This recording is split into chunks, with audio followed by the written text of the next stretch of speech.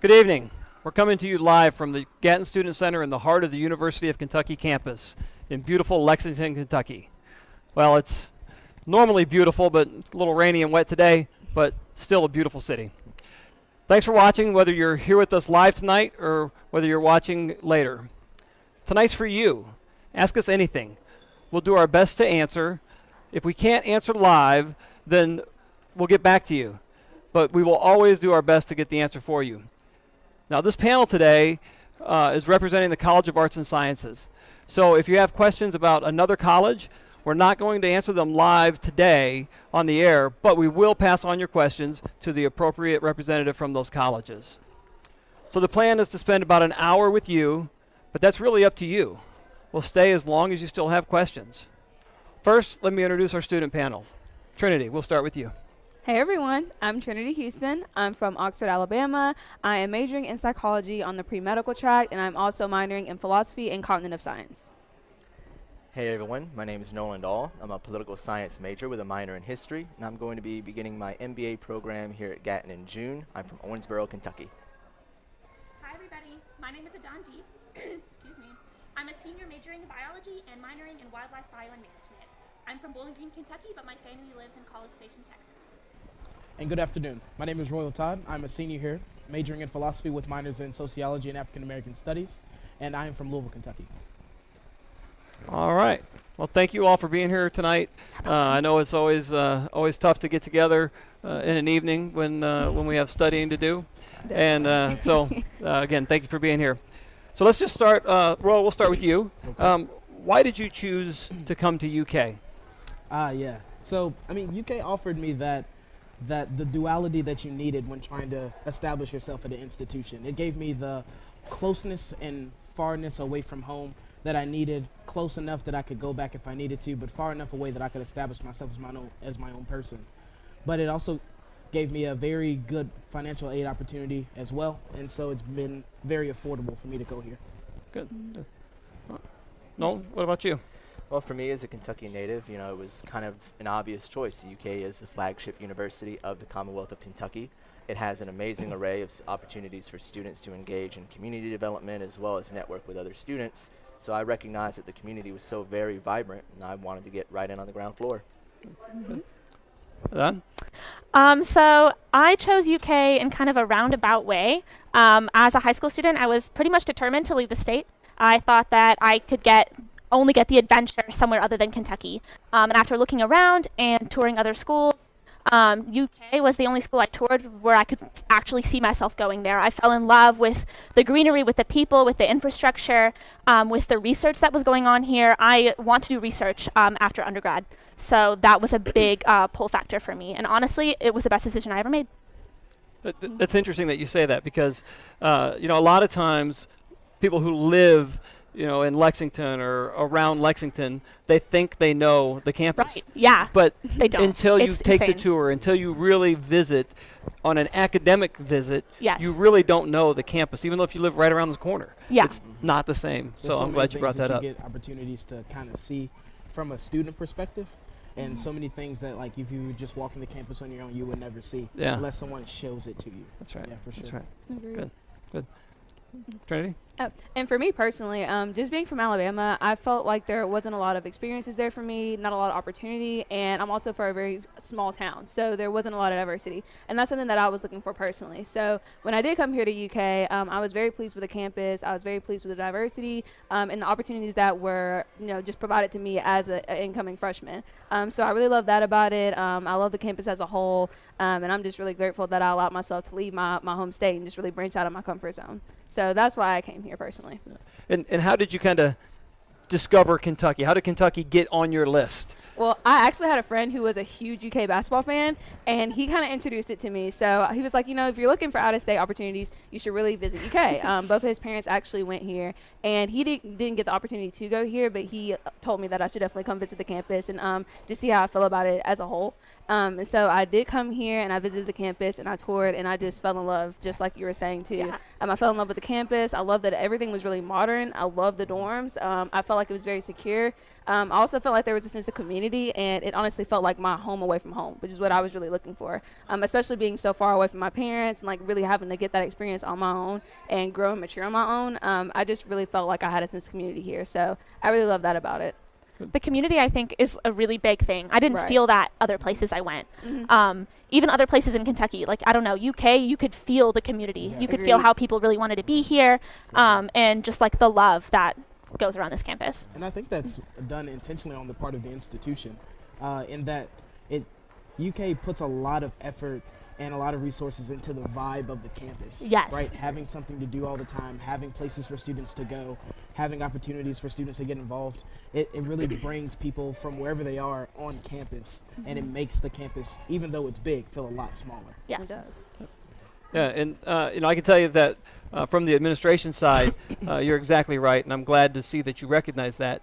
We meet all the time, and that's some of the things that we're looking for. We're always looking for opportunities for students to feel welcome, students from varying interests. The new esports thing that they have coming. I mean, that's just another example of finding a home for all of our students. For sure. So. Okay, I'm going to move on to some questions, but I just realized I failed to introduce myself. So let me do that. My name is Jesse Hedge. I'm Assistant Dean for Undergraduate Affairs in the College of Arts and Sciences, and one of my responsibilities is to help shape the class for the college, and then to once you get here, to make sure that you get the courses you need, and I have a great team that helps to make sure that you graduate on time. So that's my responsibility. So. All right, so we already have some questions, and I'll let Royal send this one to you. Okay. And it just says, can you speak more about Black alumni and the numbers finding success after college for Black students? Oh, yeah. So I guess to speak to that question, and I'm so thankful for that question, since joining my fraternity, Alpha Phi Alpha Fraternity Incorporated, I've been connected with a lot of Lexington individuals, like people who have established themselves as professionals in the city community. And for those of them that are actual UK alum, I've been especially connected with them. There is a committee of Black UK alum in particular that work to make sure that there's investments in persons of color, students of color, particularly Black students, and they have established themselves as a sort of network for students of color if they're looking for internships, if they're looking for jobs, if they're looking for like, what do I do after UK?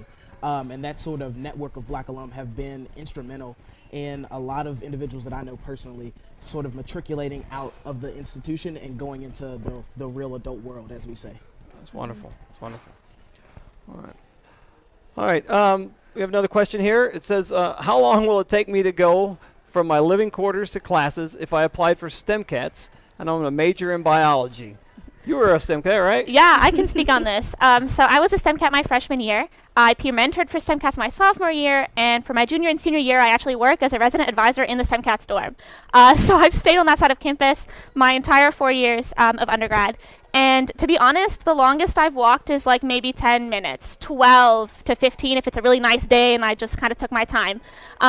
Living on that side of campus, living in STEMCATs, really allows us to be closer to the dorms that house the science classes, especially as you get kind of further up and more specialized in your degree. I honestly don't leave the kind of like trifecta of buildings that house the science classes. So that's like the chemistry physics building, Right. THM, and the Jacob Science building. That's honestly where I stay. I don't go much further than that. So. Now, speaking of living learning programs, you live in a living learning program, right, Trinity? Yes. I actually was in a living learning program my freshman year, and I really loved the opportunity that I got, just because it allowed me to be with a lot of other incoming freshmen who were taking the same classes as me. So again, it kind of gave me that sense of community that I was looking for. Being an out-of-state student, not really knowing anybody, I got that right off the bat living in that living learning program. And also, they just did a really good job of like providing us opportunities to help us succeed. So we were given like workshops. They would just allow us to come eat and hang out and get to know each other a little bit better, and just also provide us with those peer mentors that were available at our disposal if we needed help with anything, if we had questions with anything like that. So I really love being in the Live and Learn program, just having like all those resources available to me, and also just like having like that sense of community right off the bat with students who were on the same path as me, or who were dealing with some of the same experiences that I was, like right off the bat. So I love that about it. Living learning programs are just absolutely amazing. Right. Because like right off the bat, you have a dorm for study groups. You know, Yeah, like agreed. everyone's taking the same classes as you. All of my friends to this day, we met freshman year in STEM Cats. So it really kind of just follows you. Yeah, and you Yeah. like walk down the hallway and you just knock on someone's door like, hey, did you finish It's this so homework? Like, easy. I just love that. It was really convenient. And then, like I said, you just automatically get that sense of community. If you are an out-of-state student and you're worried about not knowing people, I feel like that helped me a lot as far as my transition over into UK in my first year. So I loved it. I remember working with LOP my sophomore year, and the EdLife LOP, one thing that they do, and I don't know for sure if they do it with other LPs, but I'm sure they do, they put all of the students in the same UK 101 class. And so like right off the bat, not only do you have like this community of individuals who like share similar interests, but now you guys like have a class together. Yeah. So you Exactly. get Yes. like that small vibe from like a big institution. Yes. Yeah. And then some of the people that I met freshman year in that living learning program, I'm still friends with now. So I recommend it to anyone that's coming here, that's interested in being in that type of environment. You'll make lifelong friends out of it. So I definitely recommend it to anybody. And I guess I should clarify exactly what a living learning program is. And a living learning program is it's basically a section of the residence halls where students of particular interests all live together. Now, in the College of Arts and Sciences, we sponsor 2 of them. One of them is STEM Cats, and it's focused on obviously STEM majors and the research that goes with it. So all of those students will take a Bio 101 together. Even if you're not a biology major, it's a Bio 101 class, but it's all really about research and preparing you for that.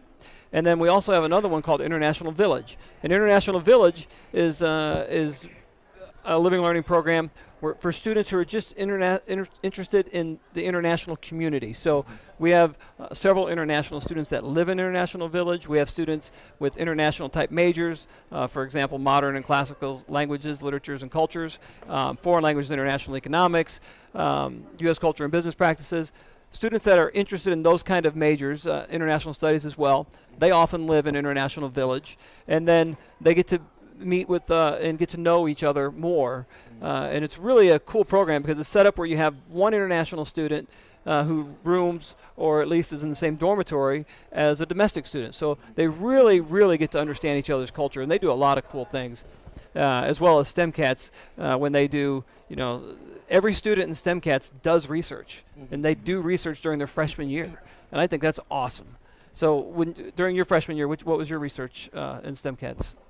So my research, what you were talking about with the classes, Royal, we have a Bio 101 course, like what you were saying, Jesse, and that's in the fall. So everybody in STEM Cats takes that class in the fall. And then in the spring, everyone signs up for various research opportunities. And these professors that are teaching this research, it's actual research. It's not like a predetermined lab that you're doing for your classes. So you actually get to contribute to science in your freshman year of college.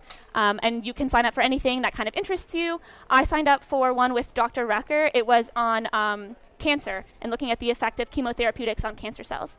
And it was super awesome.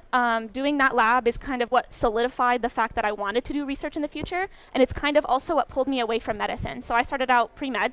I was a bio major, and kind of everyone else was pre-med, so I just kind of did it because I thought that was the only option for me. And while I realized I loved research, medicine wasn't really where I wanted to put in my passions, and it kind of opened up that avenue for me to explore other things. Yeah, excellent, excellent. All right, let's see here. All right, Nolan, this one's for you. For political science majors, do you feel it's a good choice as a major if you are interested in reporting for politics in the television industry or becoming a criminal psychologist? Yeah, I think that really one of the best parts about the political science as a major is that it is so incredibly versatile. The skills that you're going to learn are very transferable to other kind of industries. Obviously, with criminal law and courtroom reporting in politics, some of the main skills that you're going to learn with political science majors are how to communicate with people, how to work within power structures, how to really kind of work within your community, and be able to build those relationships. It's really ultimately all about people and their relationships to one another. That's a skill that you'll be able to take with you into almost any industry across the board. And so I absolutely think that that would be a really great major to pursue if those are your interests. Excellent. And I'll piggyback off of that as well, just because I know that in part of the question it mentioned like criminal psychology. And being a psychology major, I have a couple of friends who are interested in psych, but also taking the law route of that.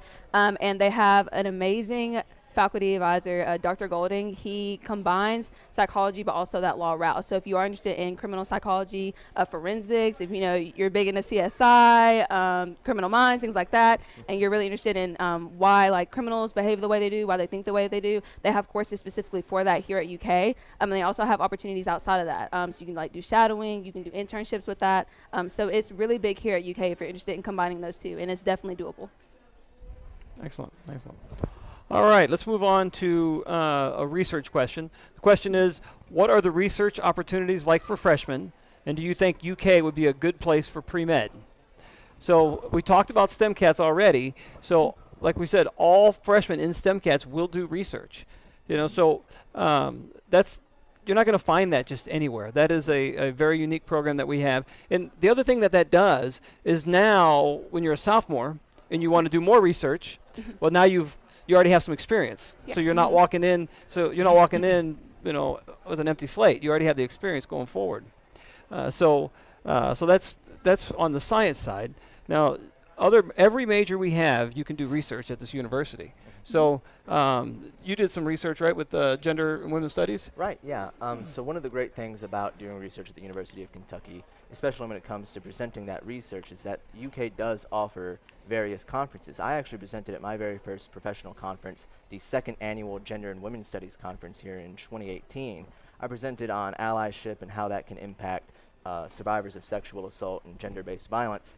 Now, I'm not myself a gender and women's studies major, but it was something that I felt that I was very passionate about. I was able to do the research with a team of really devoted people through the VIP Center here on campus, the Violence Intervention and Prevention Center.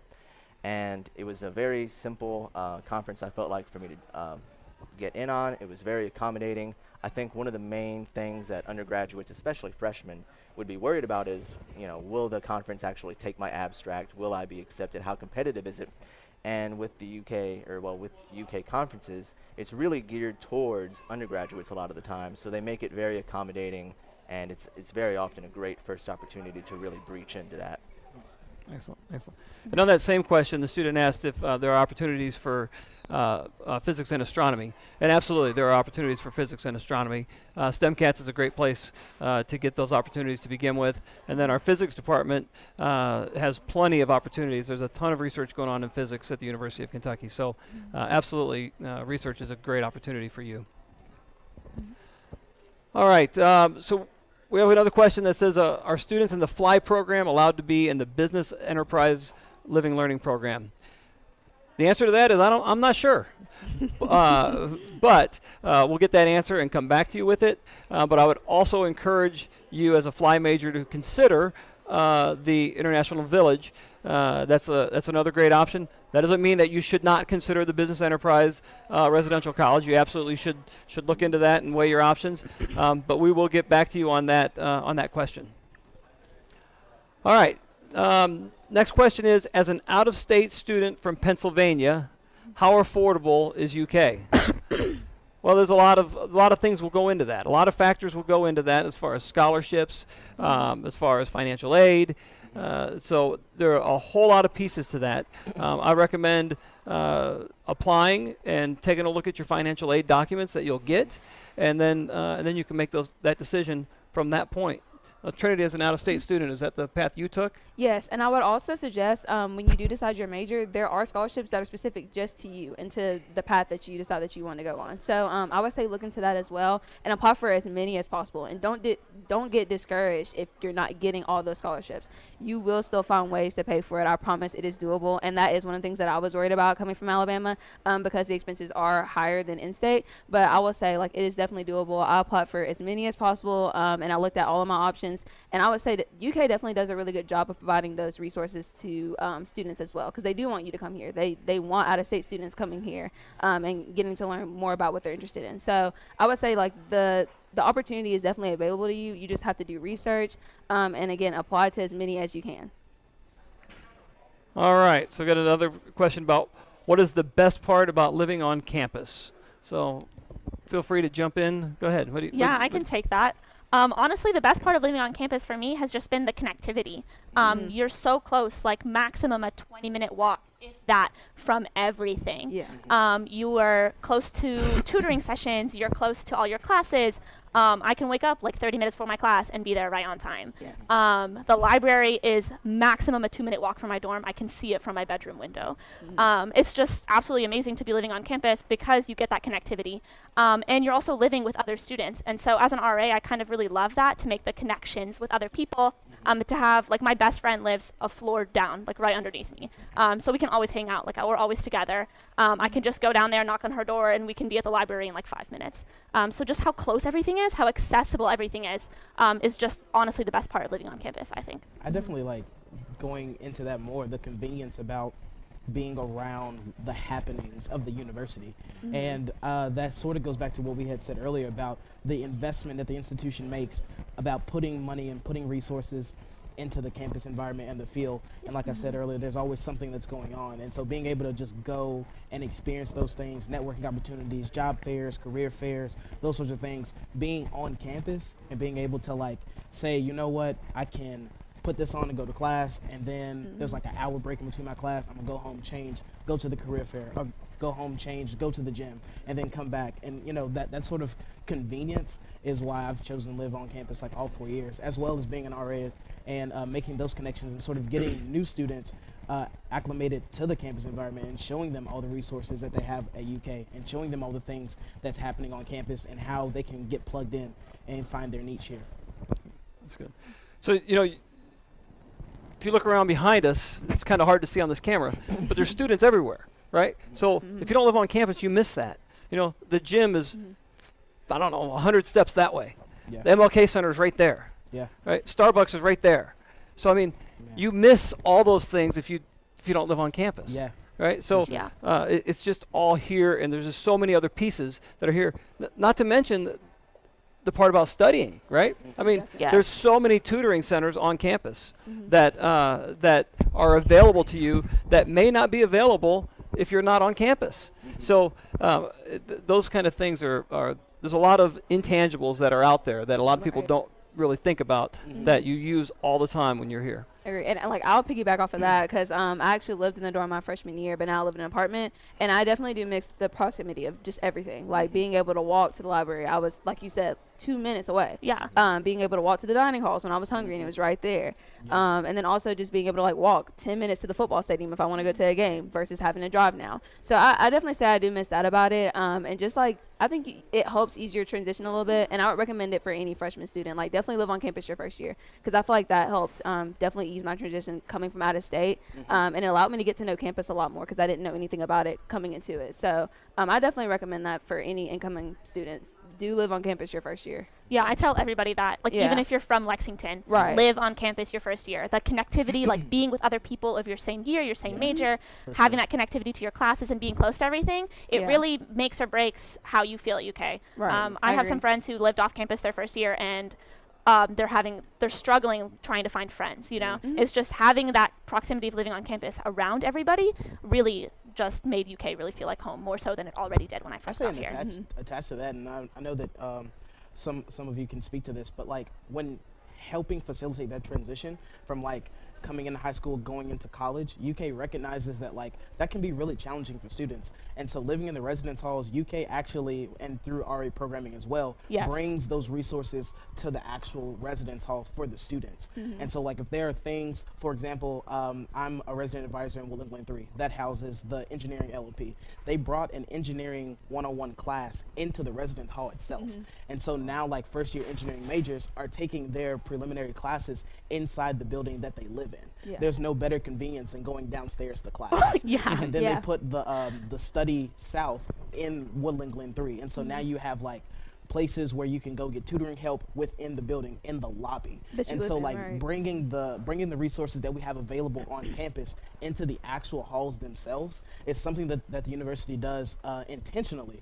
And that sort of adds to the convenience about living on campus in the halls and enjoying that feel and doing some more of that networking, as you had talked about. Yes. I definitely think you can't overstate how convenient it is to actually live on campus. I mean, there are numerous studies that show that living on campus as opposed to living off campus increases graduation rates. You tend to find your niche, I think, a lot more quickly and more easily. So, I mean, I would definitely encourage anybody to live their freshman year here on campus, for sure. All right, we'll stick with you with the next question, and that is, what's your most memorable experience at UK? Oh, wow, my most memorable experience. Well, I guess for me, there was one of the many fairs that we host in the beginnings of the year. It's not K-Week, but it's one of the many things we do in August. I was working as the director of promotions for the Center for Community Outreach. This would have been in 2018. And so we were tabling and we were, interacting with the students and just sort of giving out various swag and such. And at one point, I'd actually jumped on the table and just started kind of handing out flyers en masse. And I mean, it was just a really, really great time. It was a really high-energy event. And I'm not a supremely high-energy guy most of the time, but I just got so caught up, I think, in the momentum. So I think that's definitely one of my more memorable experiences, definitely. So any of you want to share any other really memorable experiences? I think one of the most memorable experiences that I had at UK was the time that I, as a sophomore, was granted the opportunity to head the Take the Lead conference through the William C. Parker Scholarship Office. And basically what that conference is for second semester sophomores in particular, and the CARES office sort of brings in professionals and workshops to like teach, develop, cultivate different skills for students. But for me, that was my first real opportunity for leadership on campus. And so that opportunity, being the public relations coordinator for that committee, reaching out to the various offices and the various colleges on campus to get some of that swag for students, and sort of facilitate conversations between administration and students and sort of get that experience, was sort of a catalyst for everything that I would end up doing during my time here. And so I will never forget that experience, that opportunity that was extended to me to head that committee and put on that conference. Good.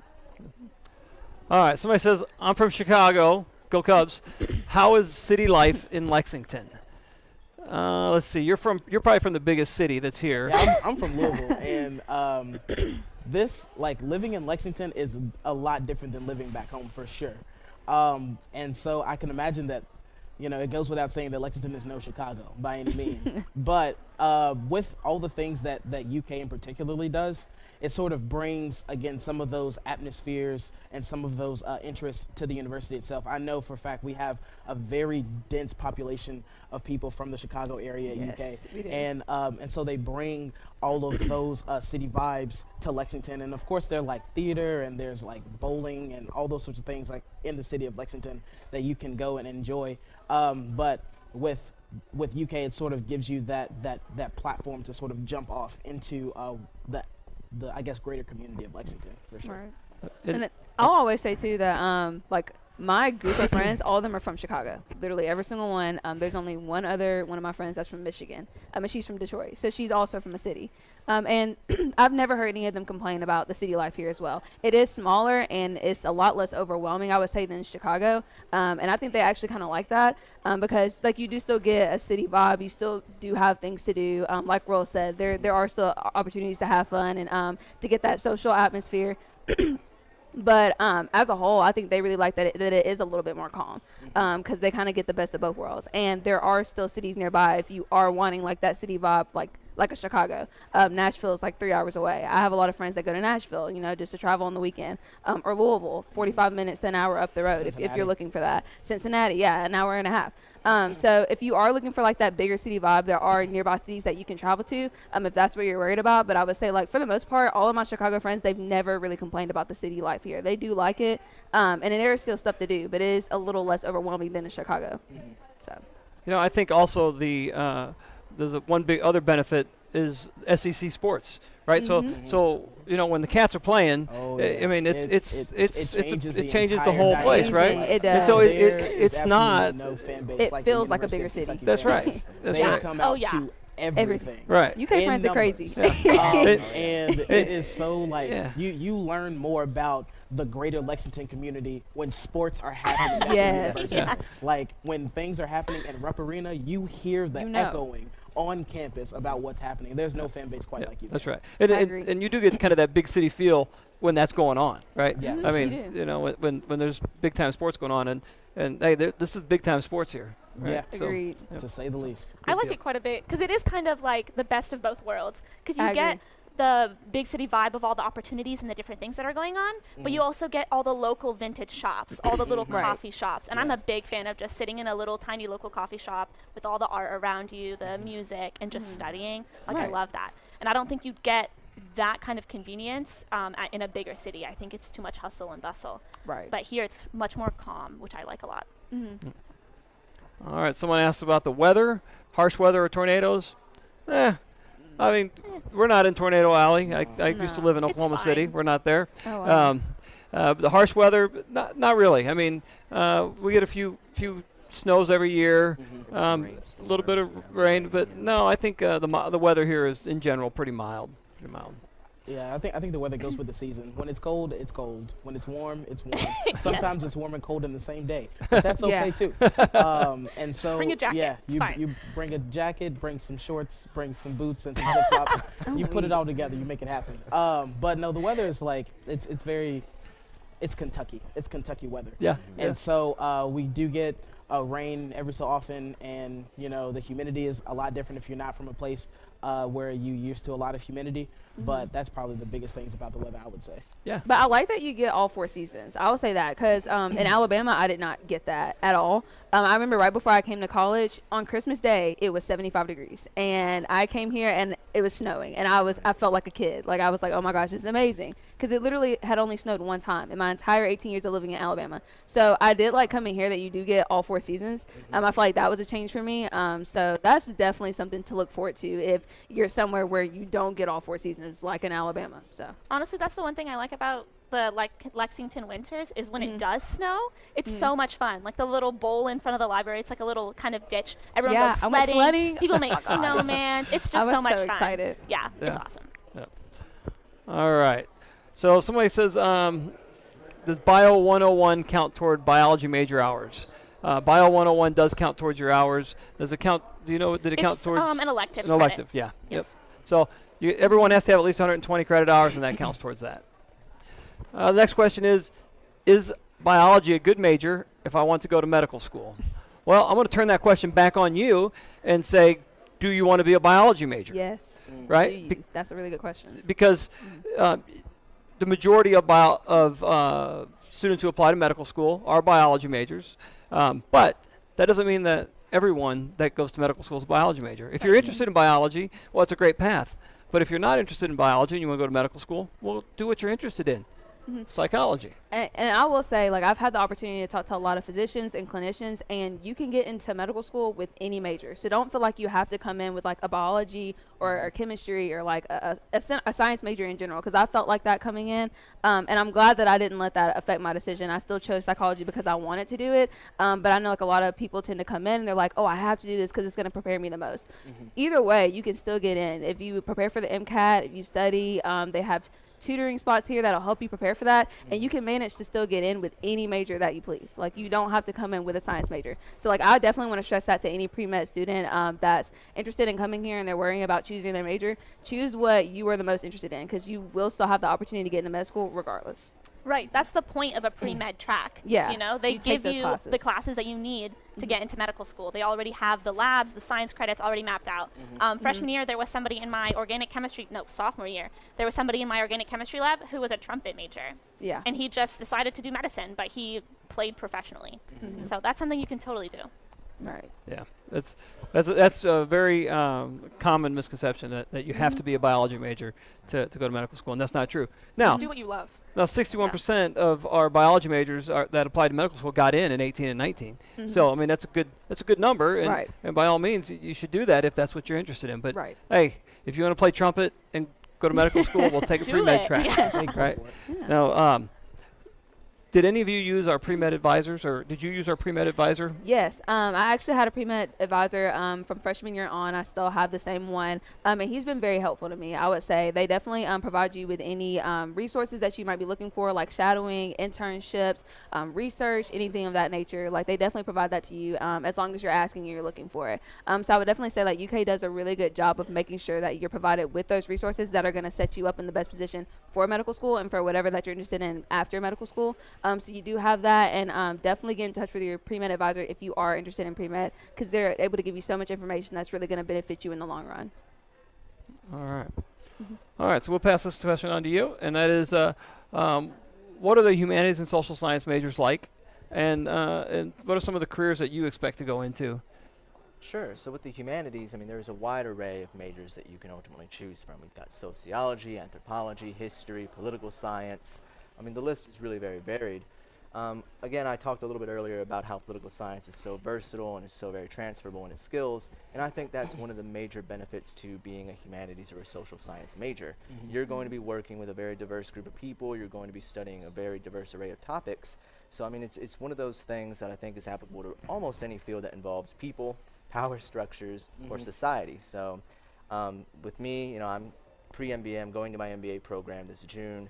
I was not a finance major, I'm political science with a minor in history, and then after that is law school. Attorneys, I think law is sort of a common career path for those interested in political science, but you see people go into newscasting, journalism, consulting, accounting. I mean, there's really no sandbox around the humanities, so I think it's a really great major to get in on. I think it's a really great field. You know, I think it's got a lot of unknown strengths. I feel like just speaking to the humanities, as a philosophy major, you learn so many things that, as you're alluding to, are so interdisciplinary. Philosophy teaches you those skills that involve writing that will be helpful if you are doing some sort of dual degree or dual major and you're coupling philosophy with some science major. You're going to need that writing style, those writing skills when you're doing research, or if you're doing journalism. You're going to need those public speaking skills that philosophy teaches you. And if you're doing anything, interviews, if you want to go into public speaking, if you want to go into broadcast journalism, and you see a lot of those majors within the humanities actually doubling up with students. And so you have students that may be like on a natural science major track and then add on a social science or a humanities type major, just so they get a well-rounded experience and a well-rounded education. The humanities offers you a lot of things that you won't get out of the core curriculum of natural sciences and things of that nature, and that is specifically pertaining to people. And you need to know about people. If you're going to get in the world, if you're going to have an occupation that involves anyone other than yourself, you're going to need to know about people. And so the humanities offers that in abundance. Yeah, and you know, I've read a lot of articles and stuff about, you know, tech companies. You know, that's the skill they're looking for, right? Soft I mean, skills. you know, there's plenty of I mean, obviously, you know, engineers and computer scientists, those are obviously in demand too. Absolutely. But companies like Tesla and Amazon, all these companies, I mean, they need people. They need people that have people skills. Absolutely. Right? They need people that can write. They need people that understand people. Yeah. Right. And You so know? if you even if you were to look into what are major corporations looking for their employees, or what are employers in general looking for, the first thing on the list, I guarantee you, is some sort of team collaborating, absolutely. and some sort of working with others, that sort of dynamic piece. And the humanities, philosophy, sociology, the human sciences, social sciences are teaching you those things, those applicable skills that you can take with whatever pursuits that you're doing occupationally. I know a lot of philosophy majors are on the pre-law track, and so you're gonna need that emphasis with people, that sort of know-how when you get into a business room and they give you people that you may be different from, you may have different values than them, but you still have a common goal, and that's to get the work done. And so the major component that people are looking for, regardless of what your major is can you work on a team? Can you do it? Do you have the skills to do it? And so the humanities and the classes, the curriculum that UK offers sort of teaches you how to do that in a very skilled and succinct way. Excellent, excellent. I will say that if you're majoring in a natural science major and you're concerned about not getting that kind of like broad depth worldview, that's what UK Core is for. And so that's kind of, we have an already like pre-list set of everyone at UK has to take a history class, everyone at UK has to take an art class, everyone has to take a writing class. And we've got some stuff, especially, I'll speak specifically towards biology and that kind of natural science. We've got like natural science writing courses, like how to write for research. And you get team building with working in a lab. Having a lab group like that, working in research. So I have to work with a PhD student in order to run my project. So we collaborate, and I present that research to my lab, and we get feedback. And so you still get the speaking skills, the writing skills, that kind of a thing through the science major, and then you'll get kind of the broad worldview through the UK Core as well. I'm glad you brought that up because, you know, College of Arts and Sciences is the liberal arts college at the University of Kentucky. So all of our students are getting parts of that. Now, the humanities and social sciences are getting more of it, and they're focusing on it. Right. But like you said, UK Core covers that. But on top of that, College of Arts and Sciences has additional requirements that that make sure that our science majors are getting the liberal arts piece as well. So, good. All right. That's a kind of straightforward question here. How's the mathematics department? I want to be a math major at UK. Well, I can answer that in a few different ways. One, I work with the math department a lot because students take a lot of math classes, and we're always trying to make sure we can accommodate all the students. So I can tell you that our math department is always interested in student success. So whether it's a math major or not, our math department is constantly finding ways to make sure that our students are successful in math. And that's a challenge. It's a challenge across the country with mathematics. But our math department works really hard to make that happen. Now, you said you want to be a math major. Well, you have one big advantage as a math major. Well, you have several, but I'm going to tell you about one. And that is the fact that all these students at UK have to take math. We have an engineering school. We have all these sciences. There's a lot of math that goes with that. That means there's a lot of math professors. But there's not a lot of math majors. So you kind of get, you know, almost one-on-one attention as a math major because you have all these faculty members that are happy to have one of them with them, you know, that are here that are teaching the math course. So the math major is a great major to be in. Let's see. Can a psychology major with a pre-med interest be in the International Living Learning Program? I would assume they could, though, because you can be in any major and be in any of those living learning programs. That's so right. I think you would still be able to do that. You would just express interest in that specific living learning program and then let them know. But yeah, you can definitely be in the International Living Learning Program if that's what you're interested in. That's what's cool about living learning programs. Yeah. You don't have to be in the specific major or the specific track to do those things. You just have to have an interest. Right. Even with STEM cats, you can be a business major and be in STEM cats. Nobody knows that. You just have to be interested in STEM. Right. Yeah. Yep. And I'll add also some of the benefits on going in the International Village Living Learning Program as a psychology major pre-med is that if your interest is in learning about other cultures, if your interest is about studying abroad, if your interest is about any of those pieces, well, you're going to get a chance to do that.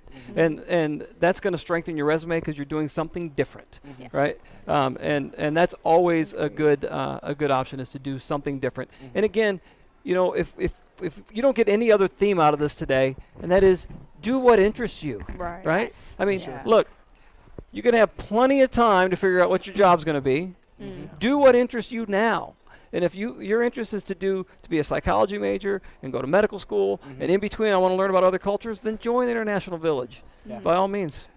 So, all right, let's see. I don't know if any of you did this or not, but it says, if I want to change my major, is that possible? Did any of you change your majors? Go ahead. So I actually came into UK undecided. I knew I was interested in the sciences, so freshman year I just kind of took the basic broad level science gen ed courses that everybody has to take, but I didn't know what I wanted to do. Everything interested me. I loved just learning in general. I'm just a very curious person.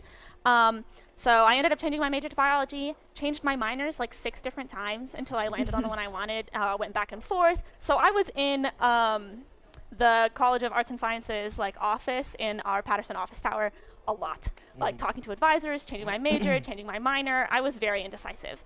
And it's very possible.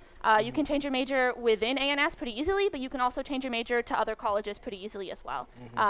That just starts with talking to your advisor. So everyone gets an advisor when they start college. It'll be on your MyUK account.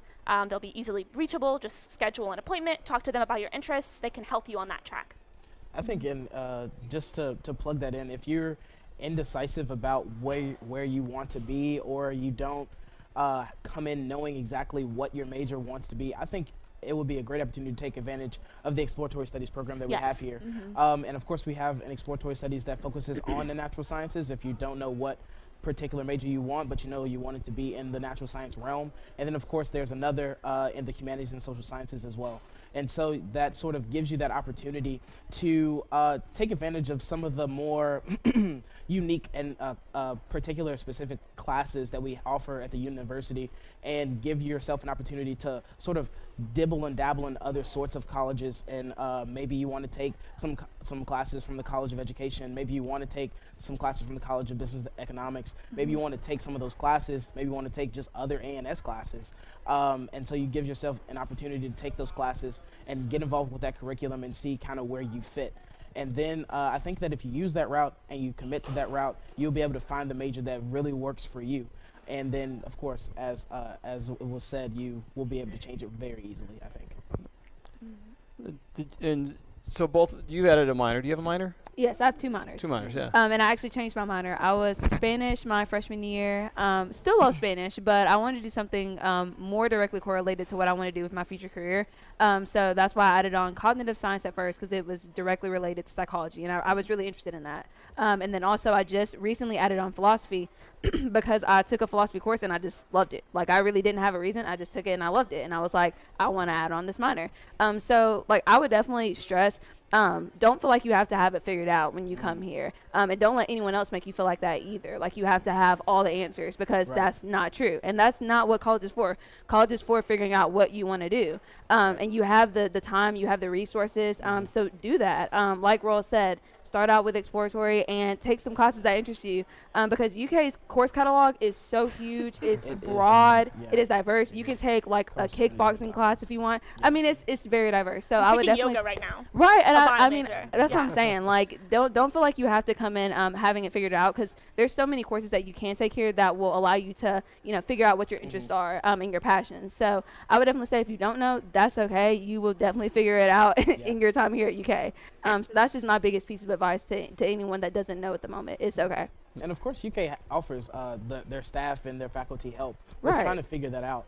And so what's great about the office in POT is that they have people specifically there for individuals that have questions about major changes. And I know I was a double major. I was philosophy and sociology, but I put my sociology as a minor, and now I'm a single major and double minoring. And that was one of the things that I just wanted to talk about. I wanted to sort of get a well-rounded perspective on what I should do, the best sort of pathway that I should take given my career aspirations and things of that nature. And the staff and faculty there were so helpful with me sort of figuring that out and getting that done. And so, of course, that's a very common question. That's a very common thing that students have to sort of battle through, regardless of their confidence in their major when they first come in. And so don't be afraid. Don't feel like that you're, doing something wrong or anything like that. If you feel like you want to change your major, it's completely natural, completely normal. And it's since it's so normalized, since it's so natural, since it's so common, UK offers a plethora of faculty and staff resources to help facilitate that transition from one major to another. And what made you choose your history minor? So how I chose my minor is a little bit of a funny story. I was actually taking a class with Dr. Eric Myrick. It was an Atlantic history class.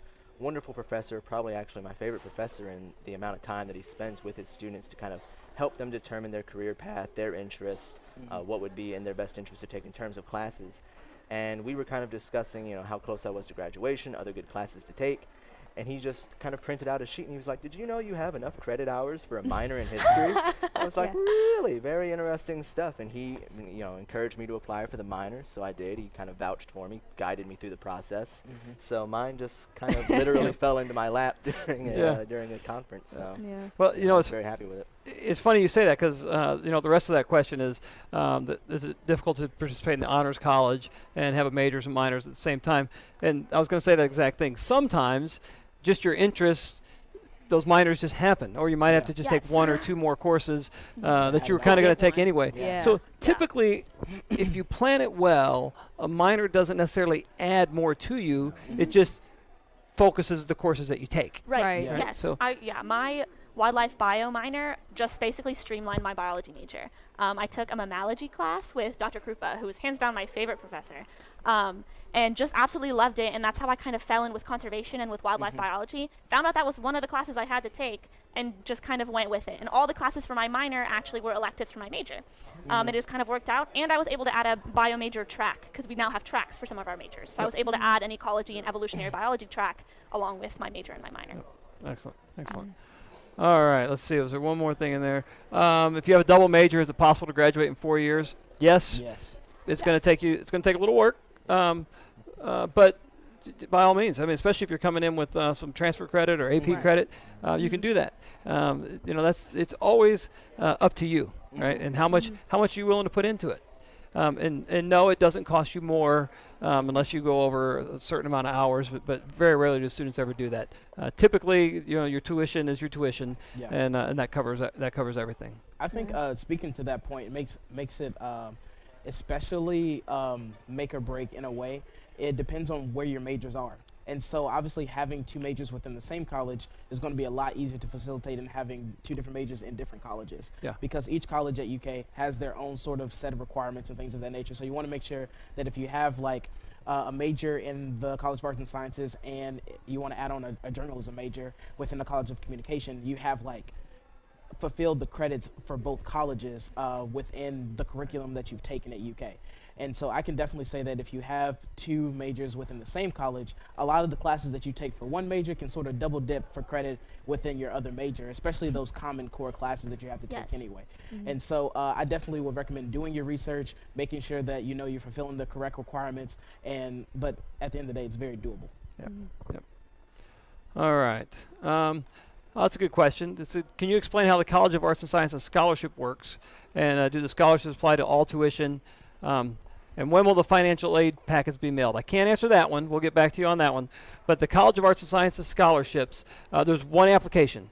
If you go onto our website, they'll put the website in the comments. But you go onto our website, you fill out one application, do a couple essays, and you're considered for all of our scholarships. Now, I will tell you that within our college, the majority of our scholarships go to current students. Not all. We have several scholarships that also go to freshmen, but we have several that go to current students. So, for example, let's say that you don't get the package that you had hoped for from the university or as a freshman. That doesn't mean that you're never going to get another scholarship.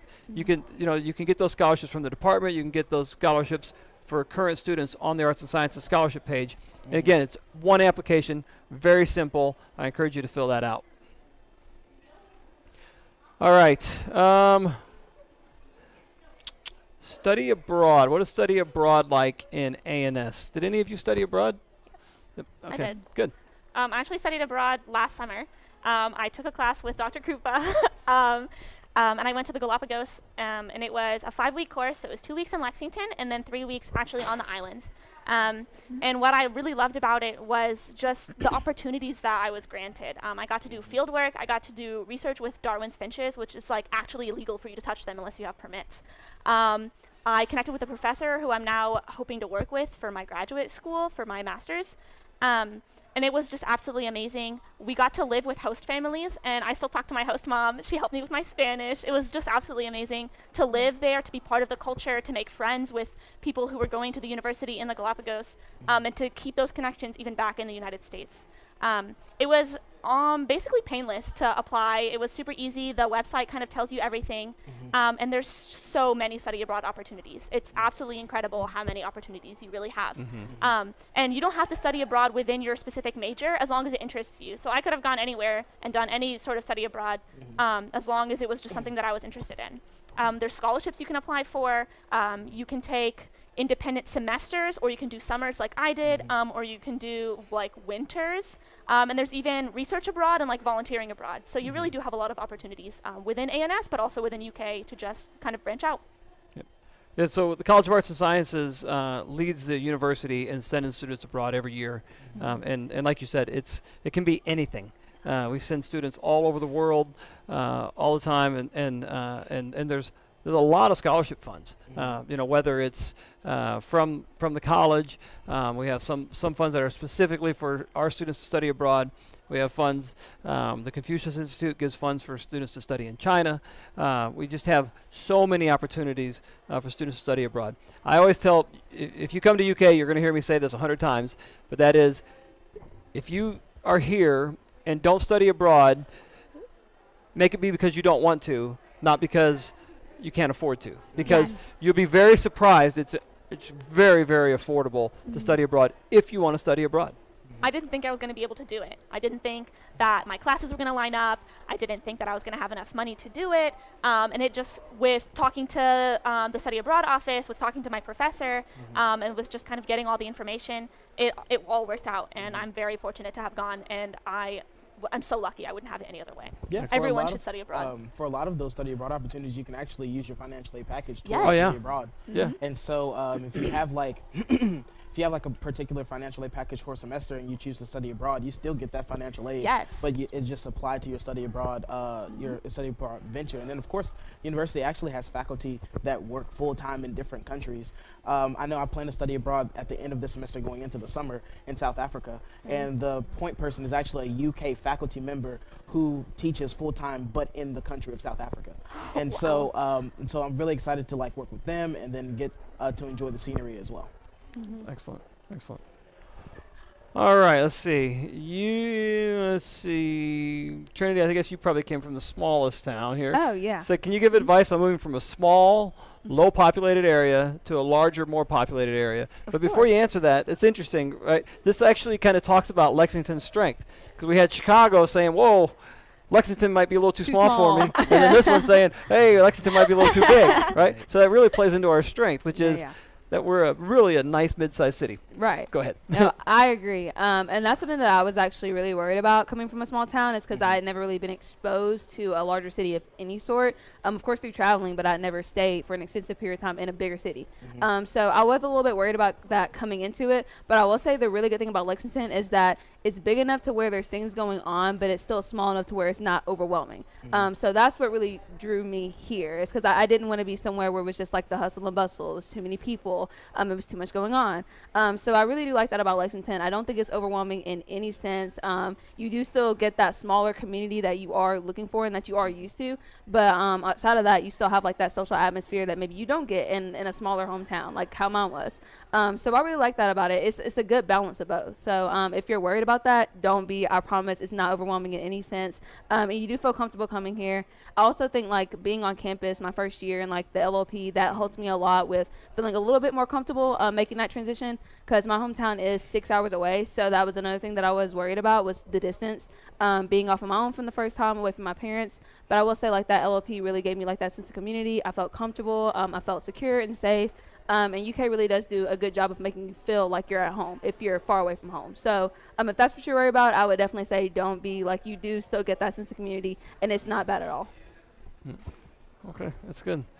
All right, I'll take this next one. It said, I'm leaving the military and relocating from North Carolina with my family to attend UK. What housing resources do you recommend, and can you speak on veterans resources? Well, I'm also a veteran, so welcome.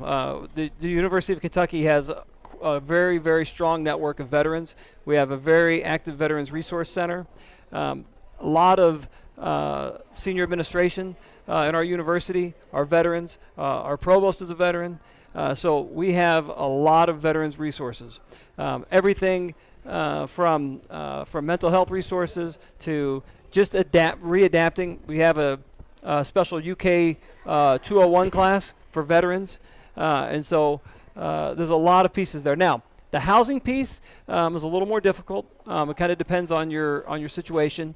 But we'll put my email address in this in the notes here, and I'd like you to contact me personally because I take a personal interest in our veterans, and I'd like to help you. So please make sure you look and get my email address, and we can talk personally on that one.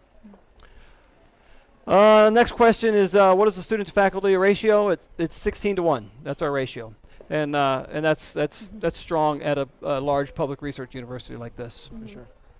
Before we move from the faculty, I want to ask all of you: have you had any faculty members who have really affected your life, really made a difference to you that you'd like to, heck, give them a shout out here today?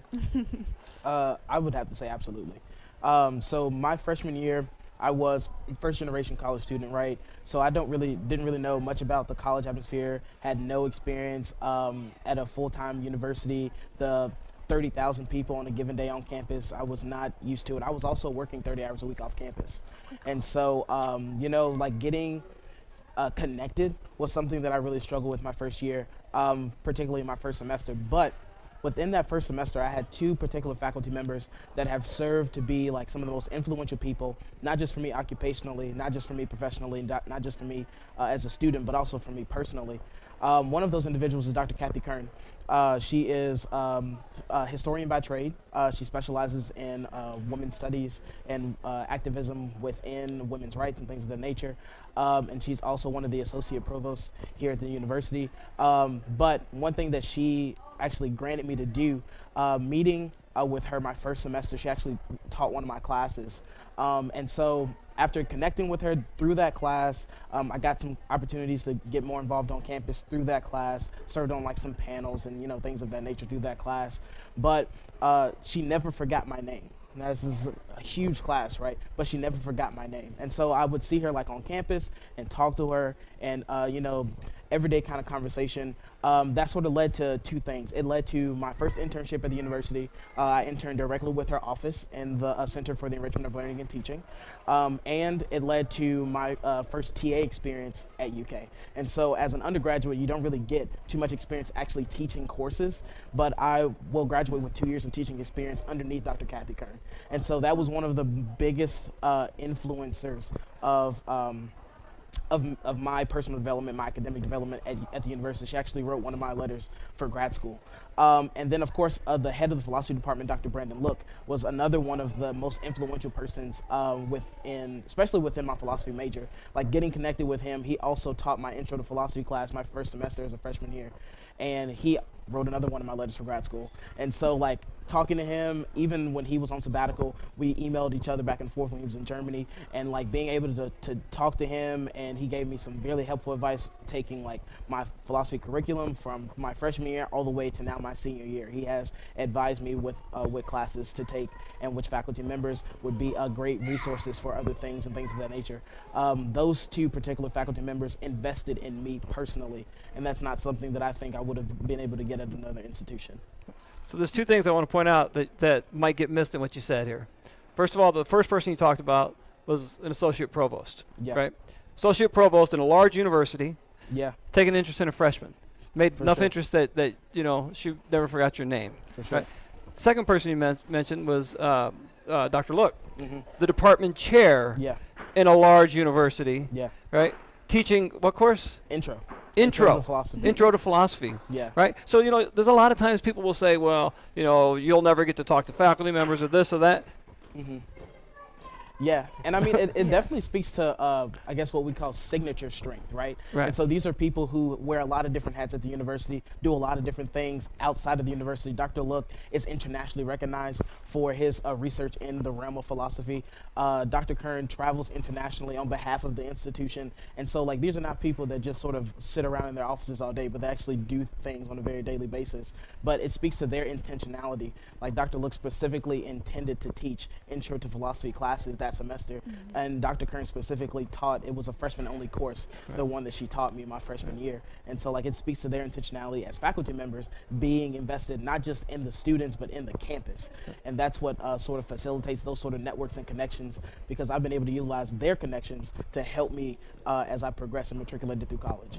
And who was the co-teacher with Dr. Kern in the The dean freshman of the College of Arts and Sciences, Dr. Mark Humbly. Yeah. And so, like, being connected to him in that capacity, having been taught by him for 1 year and teaching alongside him for 2 years, it's so crazy. Like, I have the dean of the College of Arts and Sciences, his phone number's in my phone. I can call him. And like, we can talk about stuff, right? So, like he's called me and asked me questions about the college, about things that I've been able to take away, about different experiences. And so, like, being connected with the dean of the College of Arts and Sciences, associate provost to the institution, the head of the philosophy department. Like, if I had a concern about anything regarding my experience at UK, they are the persons to change it. And so being able to, like, talk to them and be able to communicate just different ideas and seeing those ideas manifested in different ways has been one of the things that I take, you know, personal stock in, being able to change small things about the university and kind of leave a footprint here.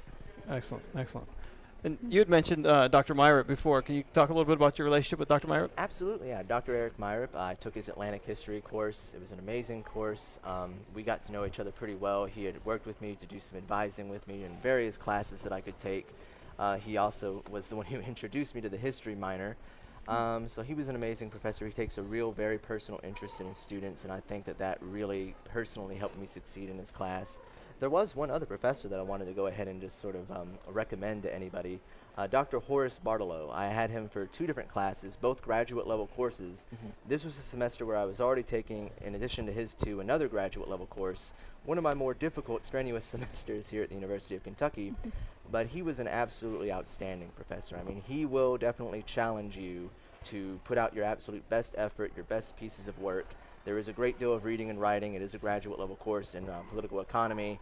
But I mean, he will prepare you for graduate school if that's what you're interested in. He will absolutely work with you to achieve things that you may not have thought possible. So I mean, if you consider yourself a good student but you want to really push that mold and challenge yourself, I would strongly recommend Dr. Bartolo for anybody interested in political economy, politics. He was great. Excellent, excellent. I'm sure you two have answers too, but we're going to run out of time here, so let me move on to the next question. How does AP credit work, and how do I get my credit transferred to UK? Did any of you come in with AP credit? Yeah, I did actually. So I can kind of talk about this a little bit. If you go online, you can actually see what your AP credit transfers to in amounts of UK credit. So I took AP US History, AP World History, AP Bio, there's something else. I took a dual credit psych class through WKU as well. Yeah. And you can go online and actually see what your AP credit will transfer to, depending on like what score you got on the AP exam, how many credits you got, and what classes those credits actually attribute to at UK. And all you do is you just send your AP score to that college, and it'll show up on your transcript when you just come here. So freshman year when I was, well, I guess the summer before freshman year when I was registering for my first semester of classes, they already told me the classes I didn't have to take because I had credit for them. So I would say go into your search engine and say University of Kentucky AP credit. You'll get a nice little chart, tells you exactly what you get there. Now, here's something very important. Get those scores sent in, because what happens a lot of times is when students come to their advising, they say, oh, well, I have AP credit in that, but they've never sent the scores in. So get your scores sent in. That way we can evaluate them, make sure that it's on your transcripts, and then we can advise you better when you come for your advising conference at that time. If you haven't sent it in yet, make sure you bring the printout of those scores with you. All right. Trinity, this one's specifically for you. Okay. What are you looking to do with your medical degree? Oh, okay. Well, as I stated before, I am a psychology major. So for me, I'm a people person. I love being around people. I'm a socialite. I love learning about why we do the things that we do, why we think the way that we do. So that's what really drove me to psychology. But I've always wanted to practice medicine along with that. And so for me, I plan on going to medical school and directing my interest and my passion towards psychiatry, which would allow me to be around people and have patients and get that one-on-one rapport with people, but also focus on mental health, because that's also something that I'm very passionate about. Especially like being African American, there's a huge stigma against mental health and seeking out treatment, admitting that you need help, and utilizing those resources that you have. So for me, that's something that I really want to focus on moving forward, especially with my medical degree. It's just like focusing on the African American community and helping to alleviate that stigma that we do have against it. Excellent, excellent. All right, our last question is, what does a schedule look like for a biology minor? Well, that's a little difficult to say because it kind of depends on what the major is, right? Yes. So I can tell you this, that when you come here for your advising conference, if you talk to your advisor, let them know what you're wanting to do. They will lay out your plan for you. You'll know your plan going forward.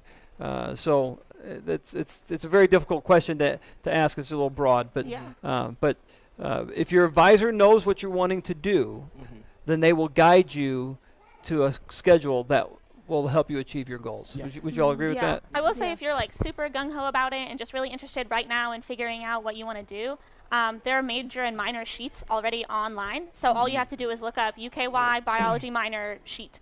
And it gives you exactly like every class, how many credit hours it is. Sometimes the prerequisites are already on there, and total how many hours it actually takes to achieve that minor or major.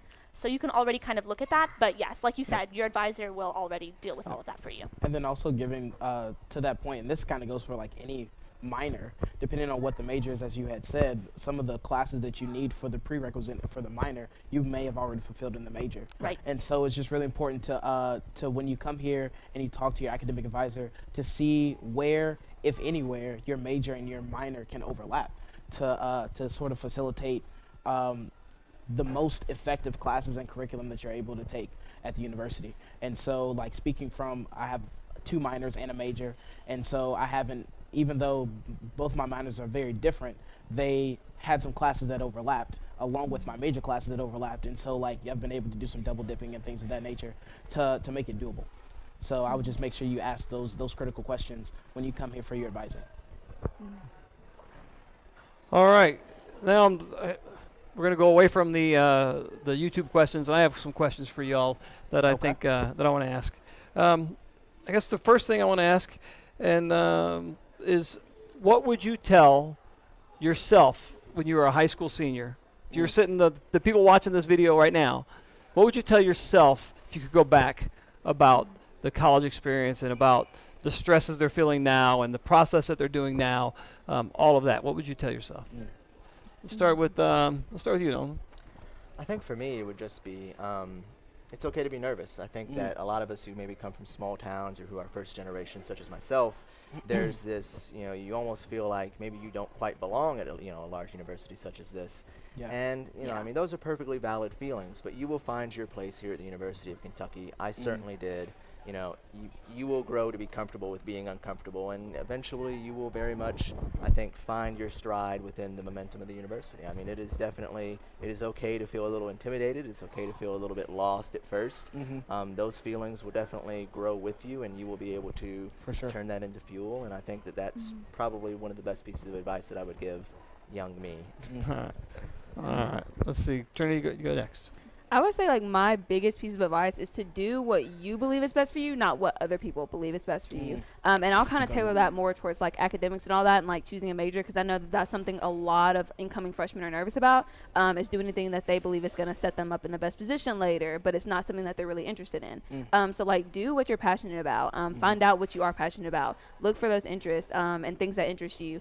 And, don't be afraid to step outside of your comfort zone and step outside of the box, because I think that you get the most from that versus just staying on like the straightforward path of, well, I think I need to get from point A to point B and this is what I need to do to get there, so I'm just going to do that. No, like, definitely step outside of your comfort zone and do things that scare you a little bit. I would definitely say, like, that's the biggest piece of advice that I would have gave myself back then, and also anybody else coming into this process. All right, Don, you're next. I think I would say at its baseline to just chill out. I'm a very high-strung person, as I'm sure some of you all might be, and I was so worried about like step 1 to step 2 to step 3, like what you were saying, Trinity. And I would just tell myself to take a deep breath, to do what you love to do, to be yourself above all. Just be yourself. Trust in the process. Every puzzle piece will fall into place. And that's just kind of what happened for me as well, like with picking my career and picking my major. I didn't know what I was doing until last year, my junior year of college. That was when I decided my career path. And obviously, like, my major was done, my minor was done, but I didn't know where I was going with it until like a year from today, which is insane. Because right now I'm already applied to master's programs and like my career is basically mapped out, but I didn't know where I was going until last year. And so just taking it in one step at a time, breathe in, breathe out, it'll all be okay. Absolutely. If I could give myself one piece of advice for the freshman or the high school version of myself, I would definitely say embrace the opportunity of sure, why not? right? And so Yes. there's so many opportunities that you will be given at the institution, and it all starts with you saying, sure, why not? It may be a lot of things that you have never done before. It may be some people that you never thought you'd be collaborating with before. It may be a lot of different facets, opportunities, nuances that are particular to your particular college experience. But it all starts with you having the courage to step outside of your comfort zone, and Trinity has said. Like, be available to the opportunity of sure, why not? Because sure, why not has gotten me a lot of opportunities, a lot of leadership positions, a lot of things that I've been able to do, that I've been able to put on my resume, a lot of people that I've been able to use as references for a lot of things that I've been able to do. All started with me saying, sure, why not? With like teaching and preaching and all those sorts of things that I'm into, all of the passions that I have, it all started with me just saying, sure, why not? Why not try it? Why not step out on faith? Why not just give it my all for the one time and see what comes out of it? And I have had a solid return on every sure why not that I've had at the university. I think that's a big thing, because no matter what happens, it's a learning experience, right? Yeah. So even if you take that class, or you talk to this person, or you join Yeah. this club and it turns out badly, then you know. Yeah. Right. And it's better than not having had the opportunity in the first place. Yeah, you'll leave with the knowledge, you'll leave with the network and the connections. Yes. Right. And those two things in of themselves are able to propel you into all these different Priceless. opportunities. Yeah. Excellent. All right. So as we get ready to close here, I want to ask each of you, what's next? We'll start with you, Ro. Well, what's next? So right now I'm applying to Masters of Divinity programs. And so I'm hoping to pursue a Master of Divinity after my graduation in May. And long term, hopefully teaching at an institution like the University of Kentucky, while also engaging in full-time ministry and pastoring. That's where my heart is. The African American church in the United States is where my passions and where my love is. And so I'm pursuing those degrees. Excellent. So I've applied to master's programs. I'm almost all the way done. And I hope to get my master's in environmental science, conservation biology. So master's first, and then hopefully PhD, maybe the Peace Corps, somewhere in between there. I want to work with nonprofit organizations at its baseline to help spread just the knowledge of environmentalism just around the world, and how we can be more green, and how we can appreciate the earth that gives back to us. So for myself, I was actually accepted about 2 weeks ago now into the Gatton Masters of Business Administration program. So I'll be doing the 1-year executive MBA starting in June of this year.